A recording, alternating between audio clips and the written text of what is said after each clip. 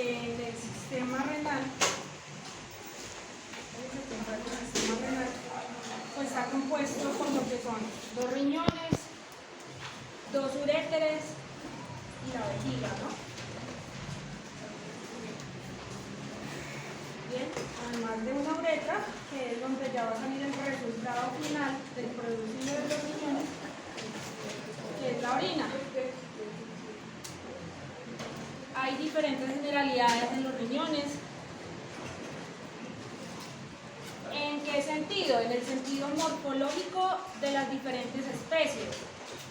Imagino que en anatomía, en fisiología, recuerdan que hay riñones bilobulados y unilobulados, ¿no? De los unilobulados son los que tenemos nosotros, el perro, el cerdo, y bilobulados, el equino, que tiene 2 lobulaciones, ¿bien? Y el bovino, que tiene muchas, multilobulado. ¿Bien? Entonces, básicamente, el riñón está compuesto por algo que se conoce como externamente, más externo, por una corteza y una médula.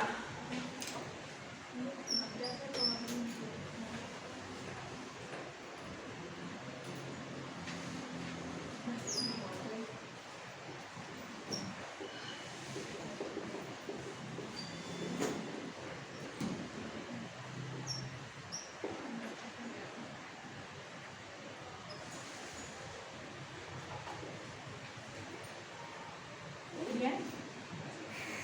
Entonces, ¿qué pasa con esos riñones multilobulados? Pues cada uno, cada lobulación, pues va a estar compuesto por su propia corteza y por su médula.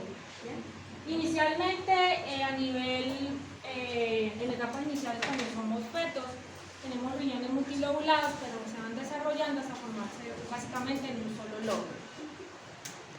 ¿Bien? La unidad funcional del riñón se llama nefrona.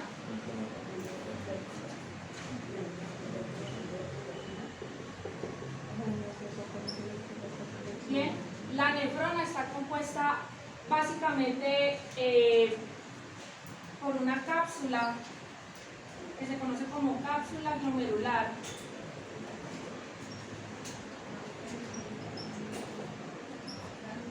O antiguamente, y puede que la encuentren en algunos libros todavía así, como cápsula de Bowman. Bien, este es el espacio glomerular, esto en blanco.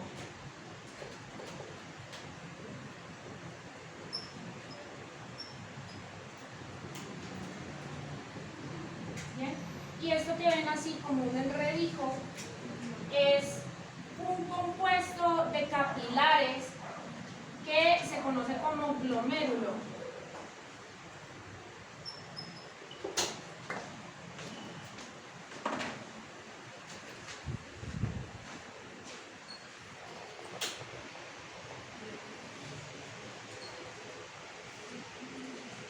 Bien, está compuesto por también una arteria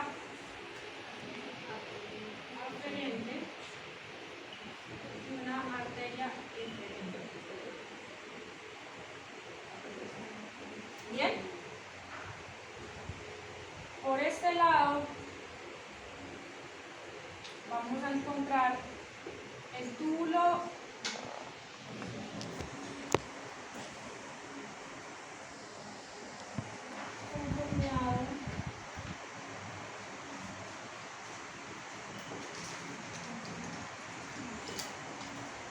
contorneado proximal. En esta zona vamos a encontrar lo que antiguamente conocían como asa de Henle, ¿sí? Descendente, se conoce como asa tubular descendente, asa tubular transversa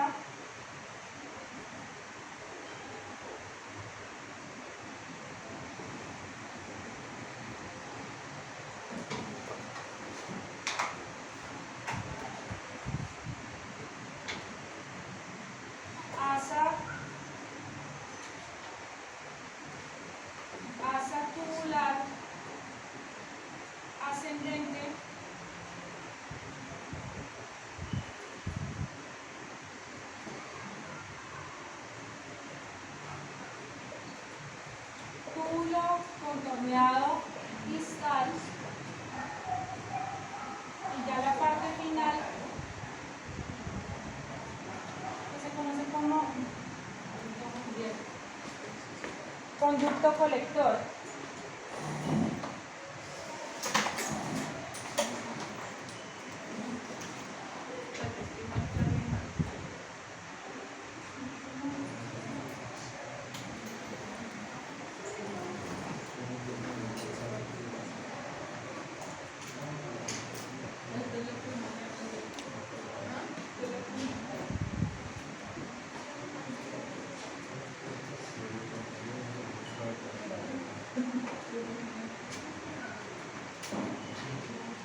Conducto colector, ¿bien? Entonces, esa nefrona, existen dos tipos. Básicamente lo que hace esa diferenciación es su ubicación. ¿Bien? Tenemos una nefrona que completamente está ubicada acá en la parte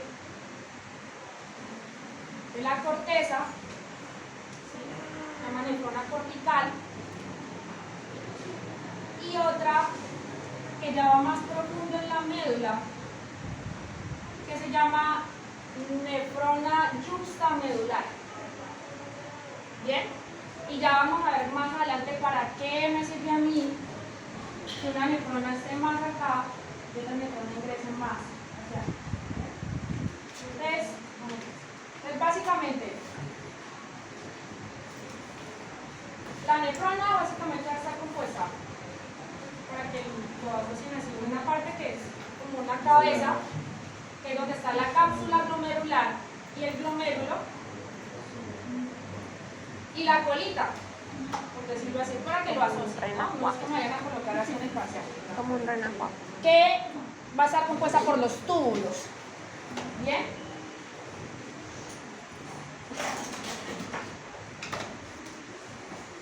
El riñón está irrigado, obviamente, por una parte venosa, una parte arterial, proveniente directamente desde lo que es la parte venosa, la cava, formando la vena renal, y la aorta, formando la arteria renal. O sea, ahí no hay pérdida, se llaman igualito que el órgano. ¿Bien?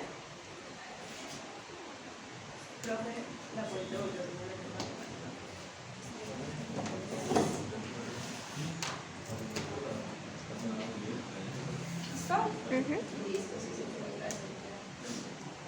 Bien. En esta zona, ustedes alcanzan a ver, acá,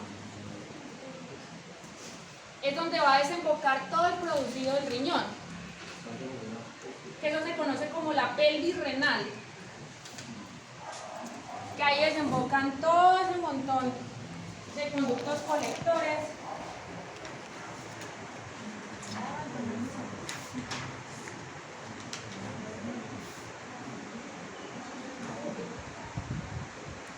Una vez se ha producido la orina. Bien, y también acá en esta sección pues tiene el ingreso de la parte arterial, venosa, la inervación nerviosa y la salida del uréter. O sea, acá en esta zona hay un montón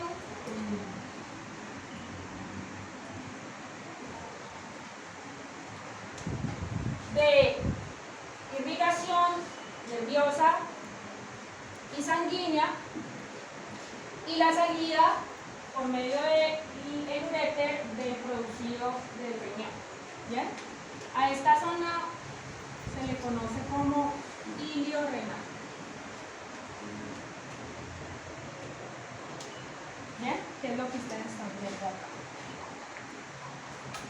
Aquí pues ya los quitaron, solamente dejaron el uréter.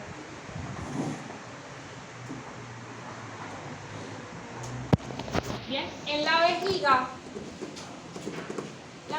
tiene un esfínter interno, ¿sí? Es como una modificación anatómica que tuvo la continuidad de la entrada del uréter dentro de la vejiga.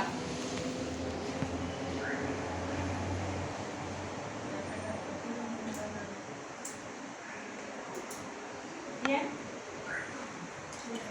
Que quedó como, por decirlo así, me perdonan la expresión, presión como un tejido sobrante, pero él tiene una función fisiológica, ¿bien? Se le conoce como cresta renal,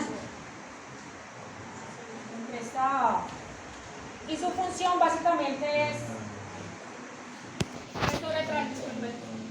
su función es básicamente, una vez que la vejiga se ha llenado por presión del líquido, el mismo líquido que ingresó, y cuando la vejiga se empieza a expandir, pues que es básicamente cerrar el paso de la orina para que no se vaya a devolver por el uréter, ¿bien? Porque si se devuelve por el uréter, pues se va a dañar el riñón, porque el riñón no tiene la capacidad de acumular líquidos. Él produce y va sacando, ¿bien? Sí, señora. ¿Qué? ¿Esto? Es un esfínter interno que hay dentro de la vejiga, que es un tejido que quedó, por decirlo así, sobrante, que tiene una función anatómica del uréter. ¿Bien? Es parte del uréter, pero se conoce como cresta renal. ¿Bien? Entonces, a veces sucede, sobre todo en pacientes que tienen obstrucciones de vías urinarias bajas es todo esto, vías urinarias altas es aquí para arriba, ¿bien? Que, por ejemplo, tienen un cálculo que tapó la uretra. ¿Cómo se supone que va a poder orinar? ¿Qué va a pasar con esa vejiga? Pues va a empezar a acumular orina, hasta que la presión ya es tan grande que esto aquí ya no me sirve para nada. ¿Bien? Se empieza a devolver la orina hasta la pelvis renal, hasta un punto en el que ya morfológicamente pues el tejido del riñón, si lo han diseccionado, es prácticamente macizo, eso no es hueco, ¿cierto? El tejido del riñón va cediendo hasta que básicamente el riñón se vuelve una bolsa llena de orina. ¿Bien? Obviamente se daña el riñón y a esa patología se le conoce como hidronefrosis. ¿Bien? Y es dada por la obstrucción principalmente de vías urinarias bajas, pero también puede suceder si de pronto hay un cálculo a nivel del uréter, ¿no? Si se tapona el uréter, pues ¿cómo se supone que va a poder salir la orina del riñón, no? Es las vías bajas serían la uretra y la vejiga. las vías urinarias altas ya el uréter y el uréter. Bien. Entonces, eso también lo deben ya haber visto en la fisiología, la irrigación renal del riñón, ¿cierto? Ya dijimos que está compuesto por una arteria renal que proviene ¿de dónde? De la aorta, ¿no? Entonces, arteria renal va a dividirse en arterias segmentarias, ¿sí? Arterias interlobulares, ¿bien? Arterias arqueadas, o en algunos textos se pueden encontrar como arqueatas, ¿bien? Y arterias interlobulillares. Estas arterias interlobulillares van a dar a la formación de las arteriolas aferente y eferente, que vimos en ¿dónde? En el glomérulo, ¿bien? Y van a dar al nacimiento del glomérulo, ¿bien? Después se va a dar la formación de capilares peritubulares, que los capilares peritubulares van a estar dispuestos por todo el túbulo, por eso se llaman así, ¿bien? Van a ir acompañando al túbulo. De esos capilares peritubulares ya van a darse después del nacimiento de la parte venosa, ¿Bien? Entonces, de ahí pues la misma nominación, sino que de adelante hacia atrás. ¿Bien? Entonces, venas interlobulares, venas arqueadas, venas interlobulares, venas segmentarias y vena renal. ¿sí? Y vena renal que van a desembocar en la vena cava. ¿Bien? Bien.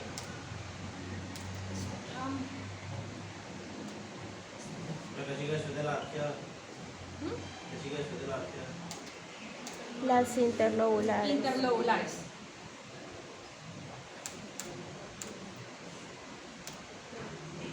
Bien. Entonces vamos a ver aquí este video que nos explica mucho mejor que yo haciéndole dibujos acá. Cómo se realiza el proceso de filtración a nivel del riñón. Bien. Antes de eso, el glomérulo es como un colador. Bien. El glomérulo lo que hace es separar las sustancias por carga eléctrica y por tamaño. Bien. La carga eléctrica que hay en la pared vascular del glomérulo es negativa. O sea que todas las sustancias que tengan la misma carga eléctrica negativa no van a poder pasar a través de esa red. ¿Bien? Ellos también tienen unos poros en el glomérulo que tienen un tamaño. ¿Bien? Entonces las sustancias que sean más grandes que el tamaño del poro pues no van a poder pasar tampoco. Bien, por eso les digo que es como un colador.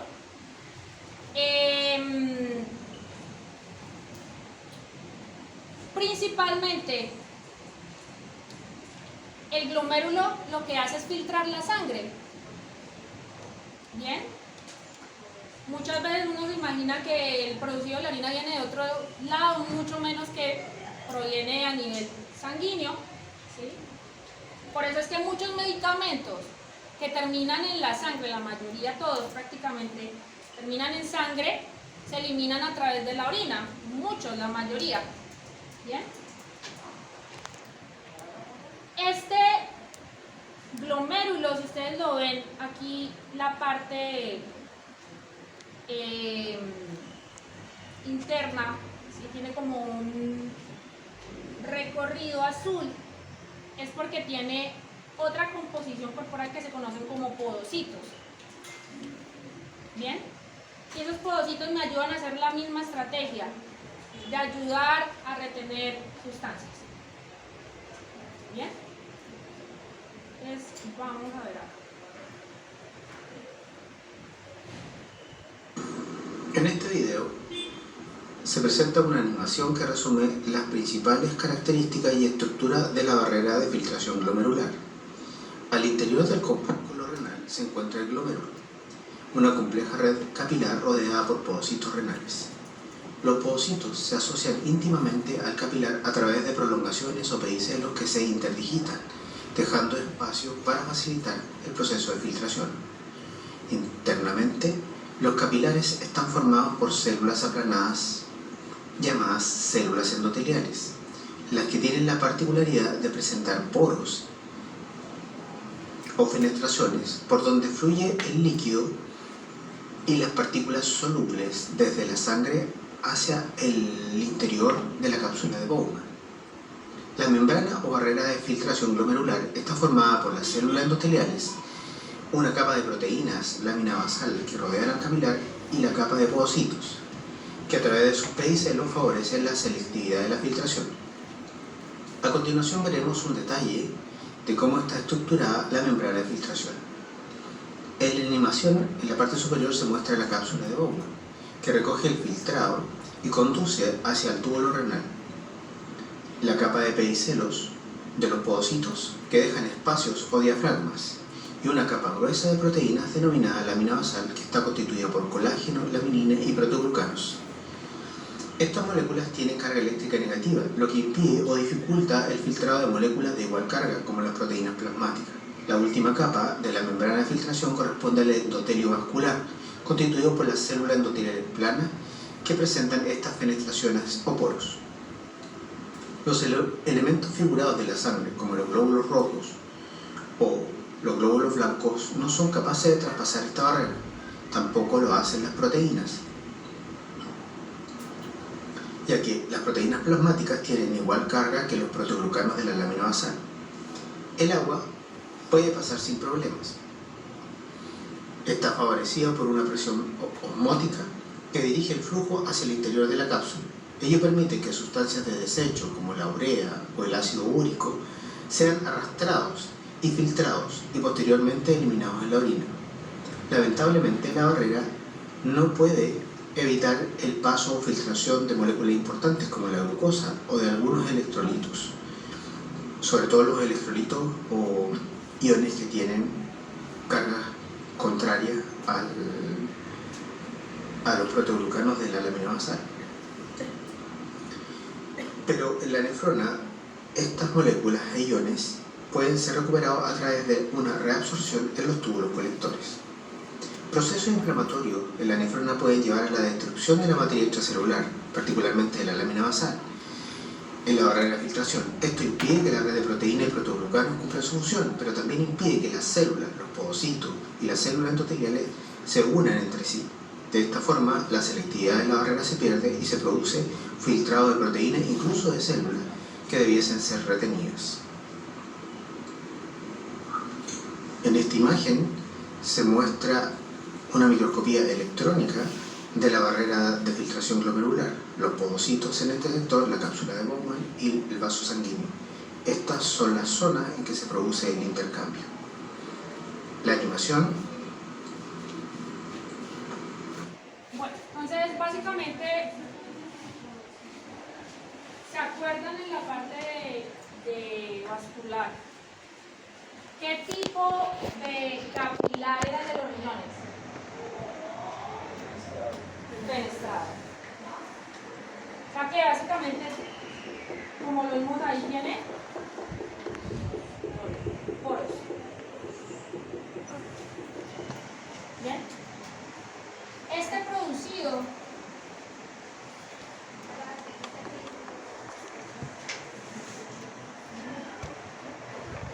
va a salir del glomérulo al espacio glomerular. Bien.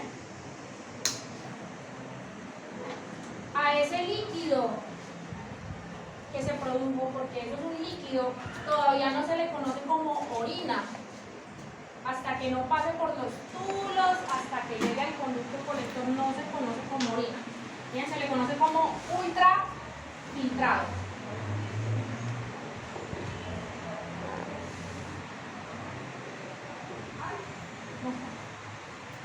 No más. A ver.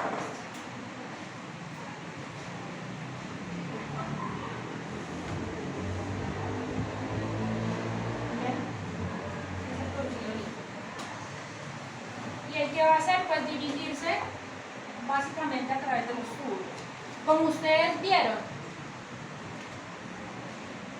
¿sí? ¿Cuáles son los factores de selectividad que tiene el glomérulo? Por el tamaño la carga molecular y la carga eléctrica, ¿cierto? ¿Cuál era la carga eléctrica de la membrana basal? Negativa, ¿cierto? O sea que toda sustancia que tenga una carga eléctrica negativa no pasa. no puede pasar. Pero aquellas que tienen una molécula con carga positiva, sí. Y eso es lo complicado, porque hay sustancias que están en la sangre que tienen carga positiva que yo todavía las necesito. Por ejemplo, electrolitos como el sodio, que es prácticamente el principal electrolito en nuestro cuerpo. Bien. El potasio. Bien. Entonces, ellos salen en el ultrafiltrado. Pero vuelven y se recuperan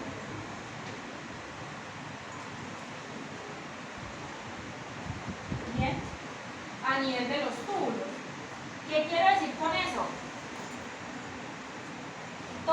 finaliza el camino dentro del túbulo, digamos que aquí ya el conducto colector va a terminar producido en orina, ¿cierto? O sea que para que yo vuelva a recaptar esa sustancia, ¿qué necesito? Si todo lo que termina, sigue el camino dentro del túbulo, termina en orina, y yo no quiero que el sodio me termine en orina, ¿qué tengo que hacer? Cerrar el... Sacarlo, ¿no? Tiene que salir del túbulo. ¿Ves? Hay muchos canales transportadores en todo ese túbulo, en todo el camino del túbulo, que permiten la recaptación de sustancias. ¿Y cómo dijimos que se llaman los vasos sanguíneos que van acompañando a todo el túbulo? Capilares peritubulares. ¿Bien? Si esto salió de la sangre, pues ¿a dónde necesito que vuelva a ingresar? A la sangre, ¿no? O sea que tiene que irse al lugar más cercano que tiene sangre. Así de lógico. O sea que este sodio que salió del túbulo tiene que volver a ingresar a la sangre en el sitio más cercano, que se llama capilar peritubular. Entonces, para eso me sirve este acompañamiento vascular, capilar de todo el túbulo, porque en el túbulo se recaptan las sustancias que yo todavía necesito para mi cuerpo, ¿sí? Para que vuelvan a recircular en la sangre. ¿Bien?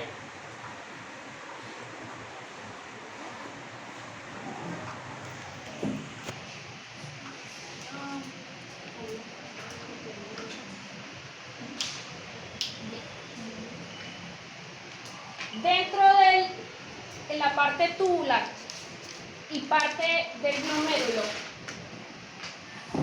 hay una modificación que ustedes ven acá, que se conoce como el aparato yuxtaglomerular. ¿En dónde habíamos hablado del aparato yuxtaglomerular?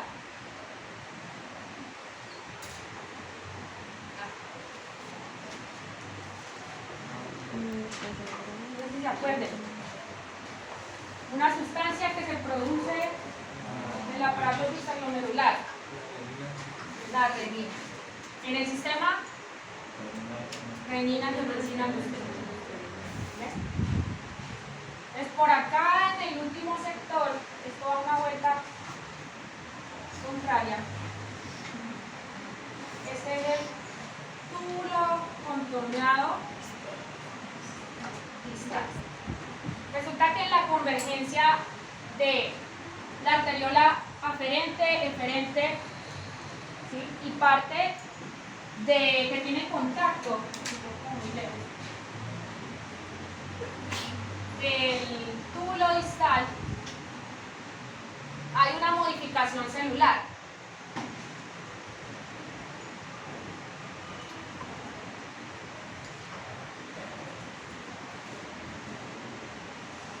Bien, y esa modificación celular es la que conocemos como el aparato yuxtaglomerular, y va a estar compuesto, acá tenemos arteriola eferente, aferente y túbulo distal.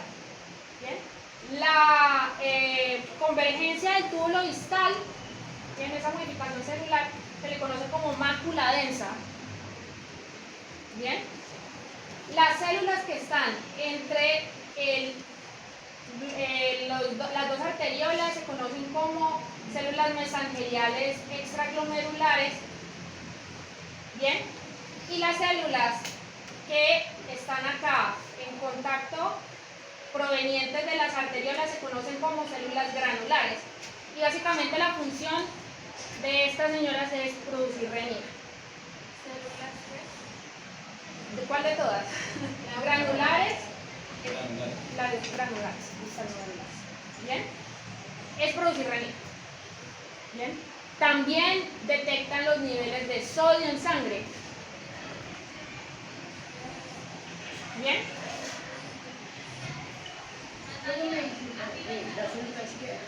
Granulares. Y células mesangeliales extragranulares. Las verdes.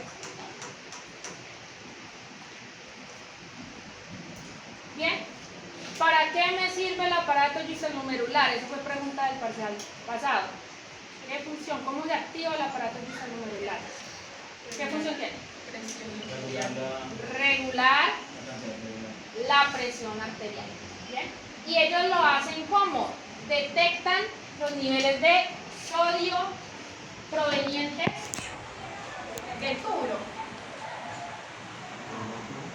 y provenientes de la sangre. ¿Bien? Entonces, resulta que cuando usted está pasando por un evento hipotensivo, de una hipotensión por algo, puede que se haya deshidratado o tenga una hemorragia o algún evento en el corazón, aquí en el túbulo contorneado proximal se recapta más sodio y más cloro.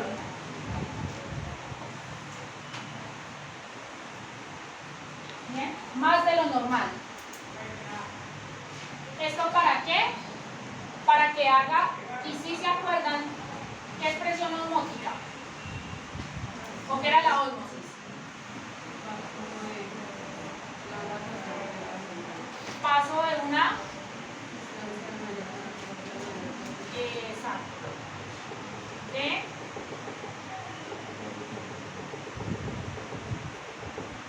menor a mayor concentración. O sea que el agua, en este caso, donde haya mayor concentración de sustancias, para allá va el agua. Bien, entonces para eso me sirve a mí recaptar más estas moléculas.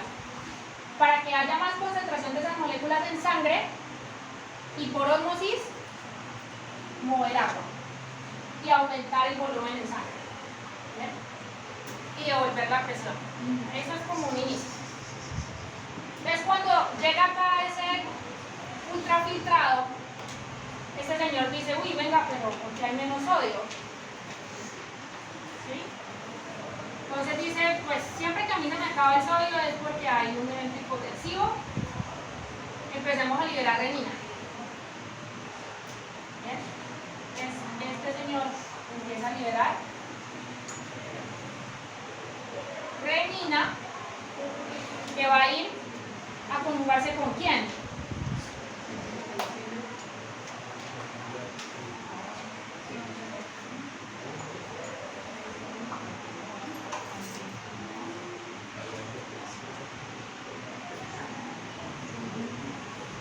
Se la va a convertir en una angiotensina. En angiotensina 1, después vienen las necas o enzima convertidora de angiotensina.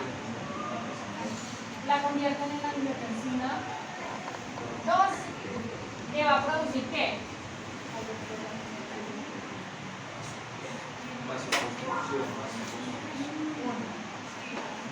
Y luego este señor se va a ir para ¿dónde?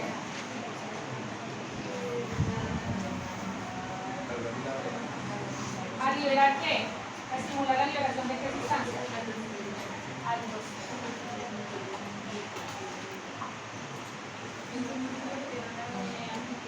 Y esa aldosterona me va a producir más que recaptación de sodio y va a producir más serotonina. ¿Bien? Va a producir más sed. Va a producir más serotonina. Bien, entonces ya una vez se han detectado los volúmenes normales, ¿bien?, en sangre, se disminuye la liberación de renina y ya todo vuelve a estar dentro de la normalidad. Depende del daño, ¿no? Creo que como tal, el aparato glomerular es el que produce renina o Sí. las células. Las células, sino que se conoce como aparato glomerular el compuesto de todas esas celulitas que están ahí. Bien, habíamos dicho que ese riñón tiene una inervación nerviosa, principalmente simpática, o sea, el sistema nervioso autónomo. Bien, y eso me sirve para regular las respuestas que existen en los cambios de presión que puedan tener ustedes a nivel del día. ¿Bien? Ejemplo, puede que la hidratación que ustedes tengan ahorita no sea la misma que en la noche. Puede que usted al mediodía se comió algo descompuesto y le dio diarrea y se deshidrató, ¿no? Bien, entonces ese riñón tiene que estar listo para poder andar y cambiar, ¿bien?, ante esa modalidad, ¿no? Entonces se conoce como reflejo reno-renal. ¿Bien? Y ese reflejo reno-renal me ayuda a que el cambio que tiene un riñón también lo tenga el otro. Que ese proceso sea bilateral. ¿Bien? También en caso de algún daño, por ejemplo, de que un riñón se obstruyó, detectaron que ya no está funcionando muy bien, el otro riñón detecta ese cambio a través de este reflejo. Y eso produce unos cambios sobre todo a nivel de las arteriolas. La arteriola aferente, para que se dilate, reciba más cantidad de volumen sanguíneo y compense en cierta medida el trabajo del otro. El otro no está haciendo nada, me toca ahora trabajar todo. ¿Bien? Por eso es que gracias a ese proceso, pues uno puede ir con un solo riñón. ¿Bien?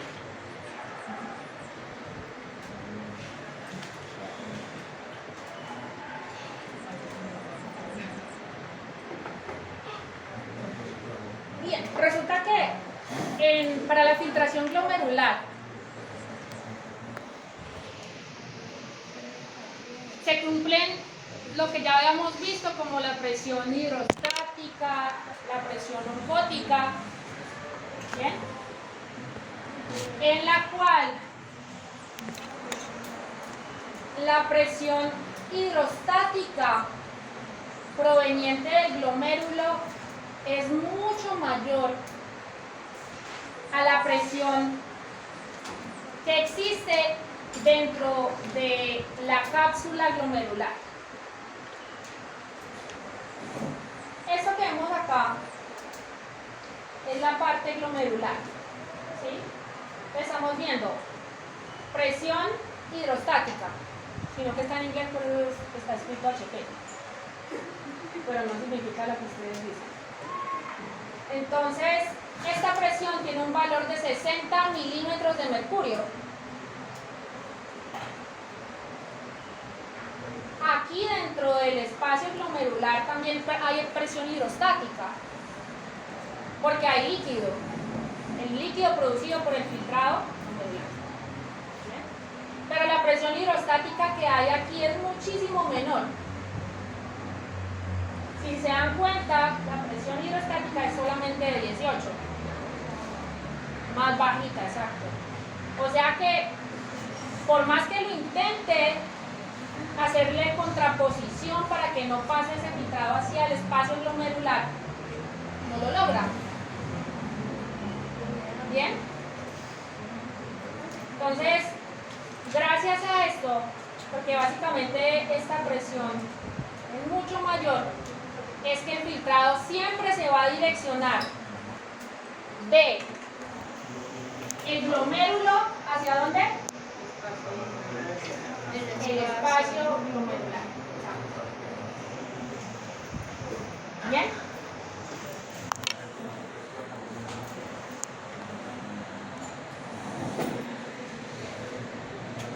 ¿Profe, ustedes tienen cierta posibilidad en la plataforma? No, todavía no lo necesito.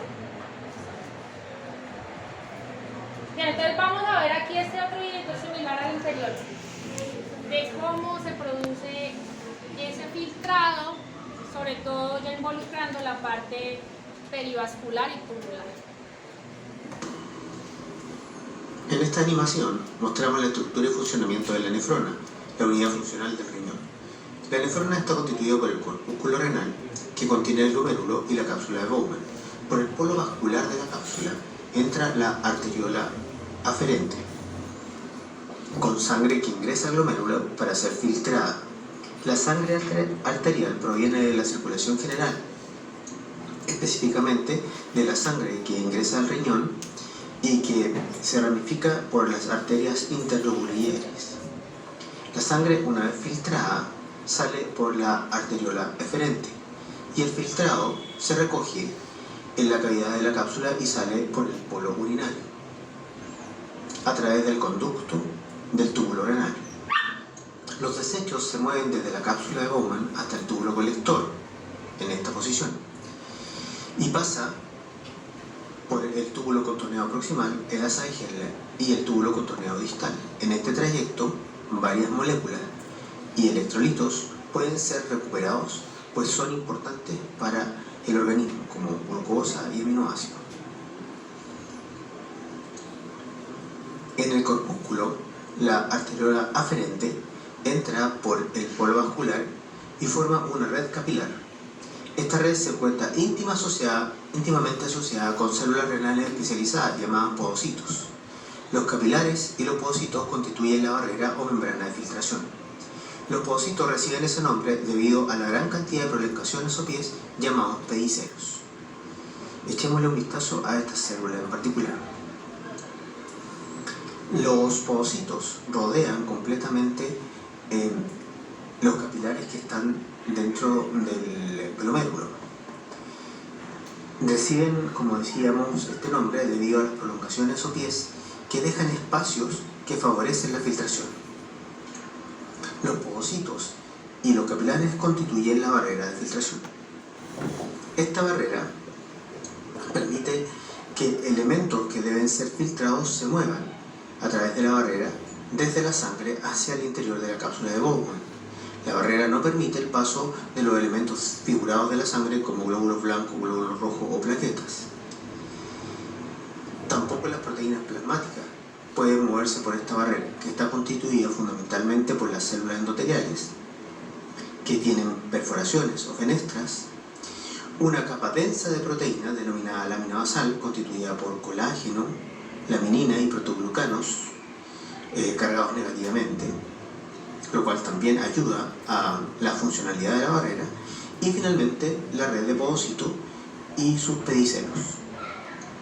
Todo este complejo celular y molecular permite que la barrera sea selectiva, dejando pasar solamente las toxinas. Sin embargo, como decíamos antes, algunas moléculas importantes como la glucosa, aminoácidos y algunos electrolitos también pueden ser filtrados, los que posteriormente serán recuperados en los túbulos colectores del riñón. Procesos inflamatorios en la nefrona pueden llevar a la destrucción de la materia extracelular, particularmente de la lámina basal, y con ello alterar la interacción entre las células endoteliales y los podocitos, perdiendo de esta forma la selectividad y continuidad de la barrera, eliminando sustancias importantes, incluso elementos figurados de la sangre. Esta animación. ¿Cómo sé que el glomérulo se me ha dañado? Hay proteína en sangre. En la sangre hay otra proteína. Porque está pasando. Porque hay proteína en la orina. Sustancias o moléculas que están negativas. Porque hay, lo que dice la compañera, proteína, pero En la orina. Me acuerdo, proteína.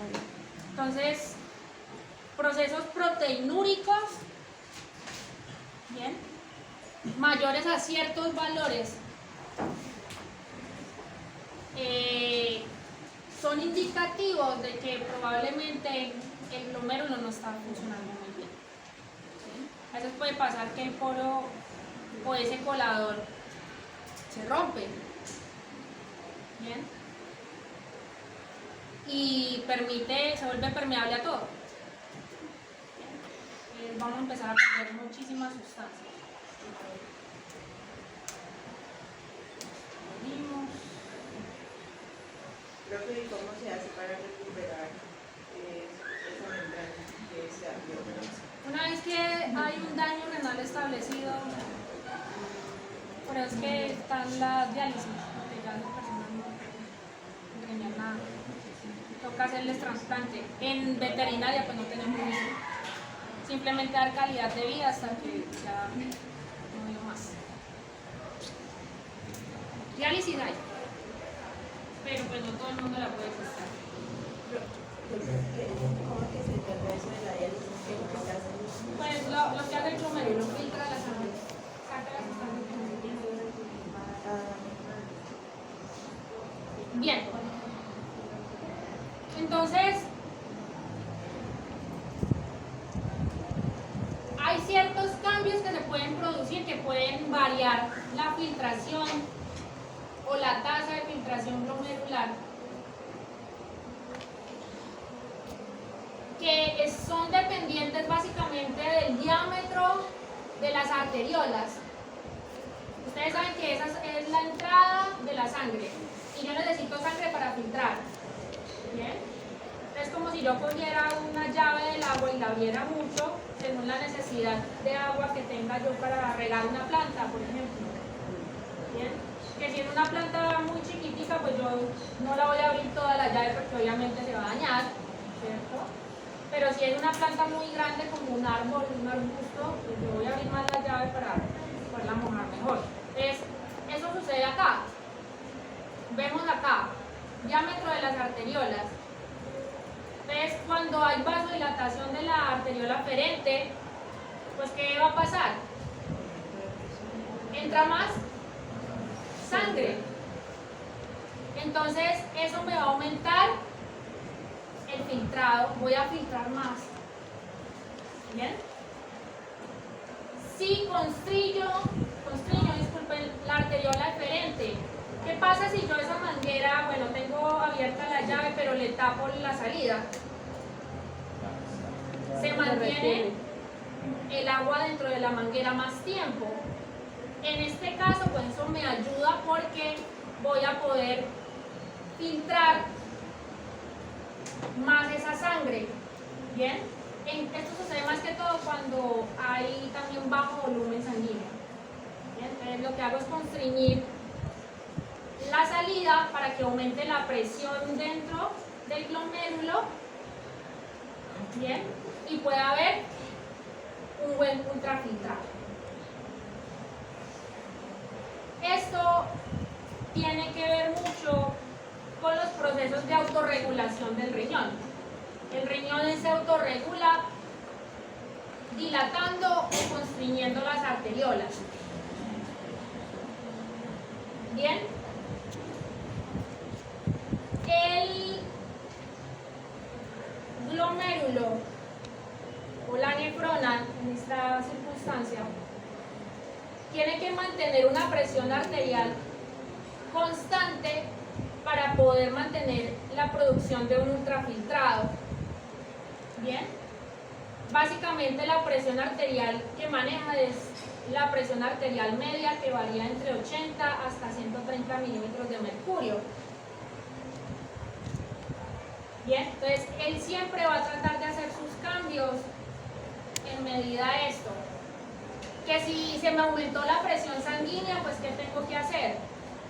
Disminuir el volumen de entrada, ¿cierto? O sea, voy a generar vasoconstricción en la arteriola aferente para que no entre tanta sangre, ¿bien?, dentro de la nefrona. Pero si se disminuyó el volumen de sangre, ¿qué voy a hacer? Pues voy a dilatarme para que entre mucho más. ¿Bien? Entonces, este proceso de autorregulación es intrínseco. ¿Qué quiere decir eso? Pues propio del riñón. Entonces tenemos dos tipos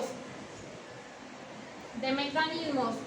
Uno es el receptor de estiramiento miogénico, sobre todo aquí a nivel de la arteriola aferente. Bien.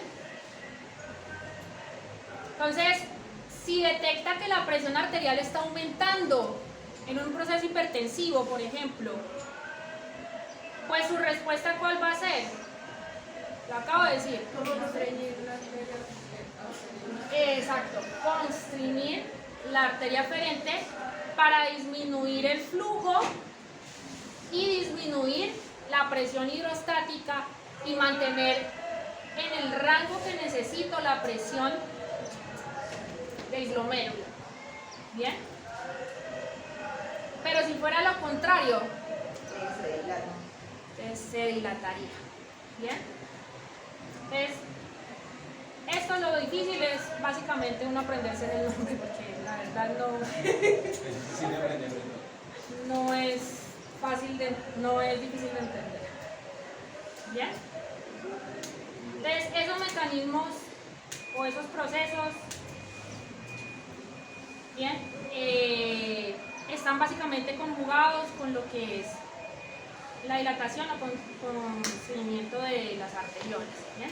Tenemos otro proceso que tiene que ver con el de autorregulación, que es la retroalimentación túbulo-glomerular, que está dividido en dos. ¿Bien? Tiene un mecanismo de retroalimentación arteriolar aferente y uno eferente. La misma historia. ¿Bien? Lo que busca es mantener esa presión. Entonces podemos decir que la arteriola aferente y la arteriola eferente son vasos de resistencia. ¿Por qué? Porque des en cuenta, miren, a pesar de que aquí la presión arterial, ¿sí?, en arteria renal, la arteriola aferente, va decayendo, una vez que ingresa todo ese compuesto vascular dentro de la nefrona, se mantiene estable hasta que sale. ¿Bien? Y lo mantiene estable, pues básicamente es realizando esos procesos.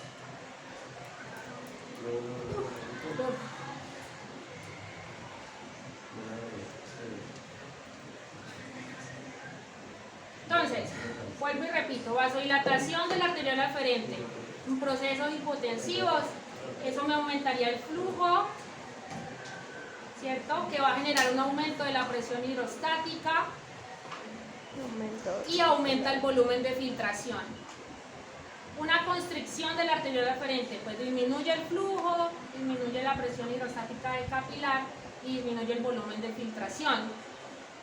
Esto en eventos hipertensivos. ¿Bien?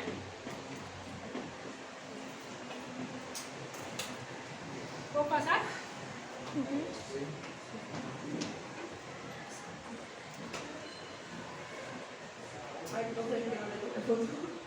¿A cuál? A la urgencia. ¿Esta? Sí, señora. Gracias. Vamos a pasar esto, que se lo damos.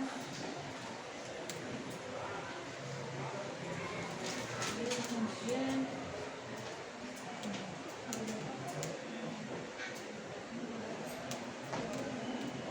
Listo, el transporte en los túbulos de sustancias. En los túbulos sucede lo contrario. Bien, dijimos que en el glomérulo hay mucha presión hidrostática. En los capilares peritubulares, si los vasos sanguíneos que nacen después de salir del glomérulo tienen una presión oncótica mayor. ¿Y qué hace la presión oncótica? ¿Quién se acuerda?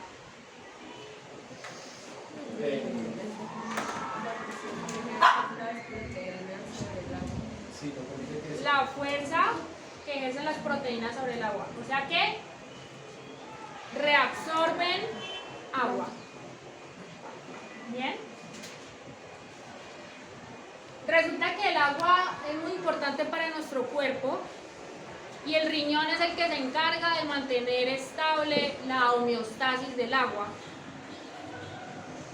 Bien, mantiene el equilibrio de agua. Por eso cuando usted toma mucha agua, ¿cómo sale la orina? Pues, más diluida, ¿no? Como transparente, básicamente.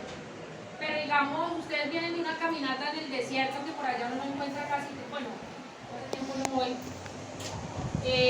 Cuando fui no habían tiendas por allá. Y llega uno al pueblo mamado y con sed, ¿cierto? Y con ganas de ir al baño y ustedes van al baño y orinan y cómo sale la orina. Con harina. Muy concentrada, María, ¿cierto?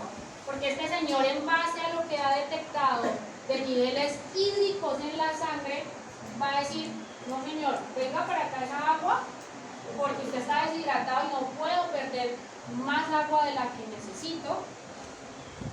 O si tiene un exceso de agua, bueno, dejemos que esa agua salga porque el estado hídrico suyo está bien. ¿Listo?